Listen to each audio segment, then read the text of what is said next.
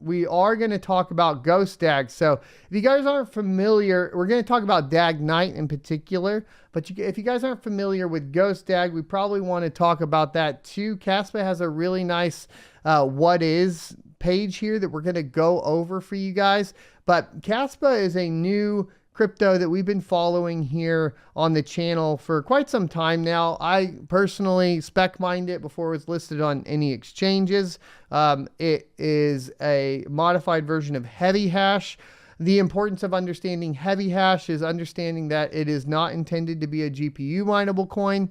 It's going through the same processes that previous, SHA-256 went through, for example, where you're seeing essentially an evolution from CPU mining to GPU mining to FPGA. Eventually, we'll see ASICs on the network, and then the final form should be optical because the algorithm technically supports optical proof of work. The thing is, we don't have the hardware for optical proof of work, and the very basic understanding of that would be like mining with lasers. It sounds really cool. It's way far off, but you can currently mine it sort of successfully still with GPUs. FPGAs are starting to come onto the chain or onto it. And I think the thing is with the FPGAs is luckily there's not as many in circulation because production levels for FPGAs have been quite low.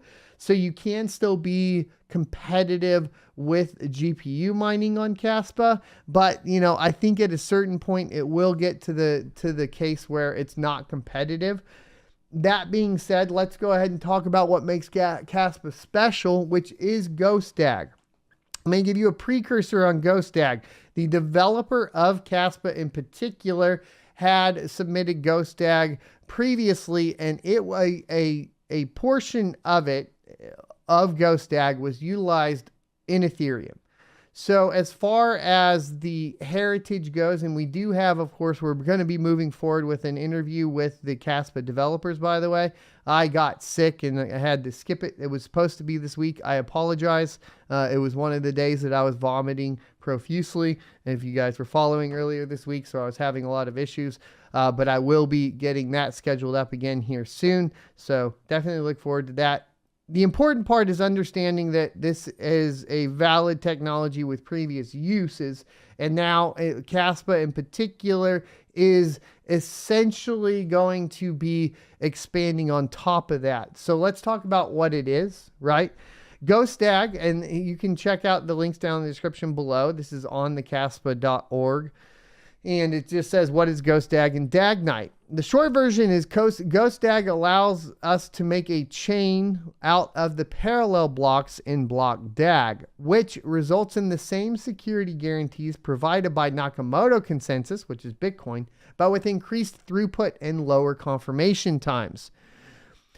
Long version, the fact that Caspa allows parallel block creation via a block DAG is just the start. Are we having issues? I'll look at chat here, but oh, you guys are just going on about optical. Okay. Like that's the reason I don't usually look at chat, guys, because it just interrupts the show and it doesn't really add to it. We talk about, we'll talk about it more here in a little bit when we get into questions and answers. All right. So, yeah, let's get back into this so that we keep the show going.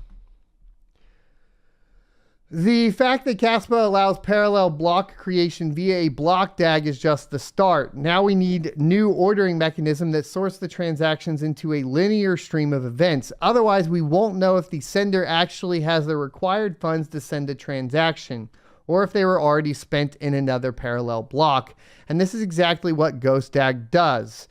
And it also takes care of, one, in the case of conflict between two transactions that spend the same funds, the protocol will eventually choose one of them. Number two, an attacker with less than 50% of the hash rate that wants to reverse a transaction has chances that are diminishing exponentially as long as more time passes since the transaction was sent. And 3, under normal circumstances, any transaction will be confirmed after 10 seconds.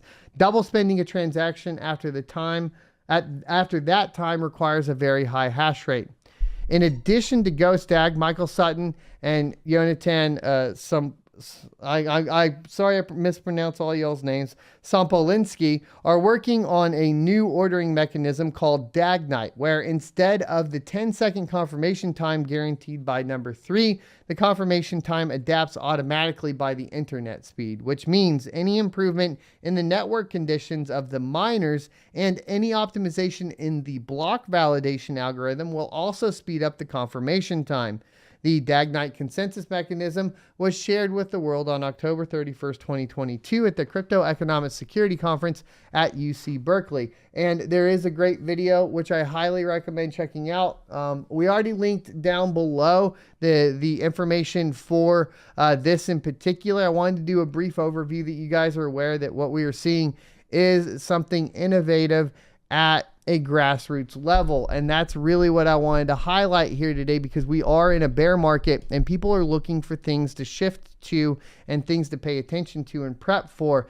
And when we are looking for things like that, paying attention to basically proof of concept with previous integrations, right? Like GhostDAG and Ethereum, for example, current development during a bear market, and a valid use case, which in this case obviously is going to be increasing transactions per second and so on, which is primarily the goal here. And making sure that you're aware of what the difference between something like Caspa is, for example, and something like Evermore is, for example, right? So Evermore is one that I've been looking into, which is basically a fork of Ravencoin.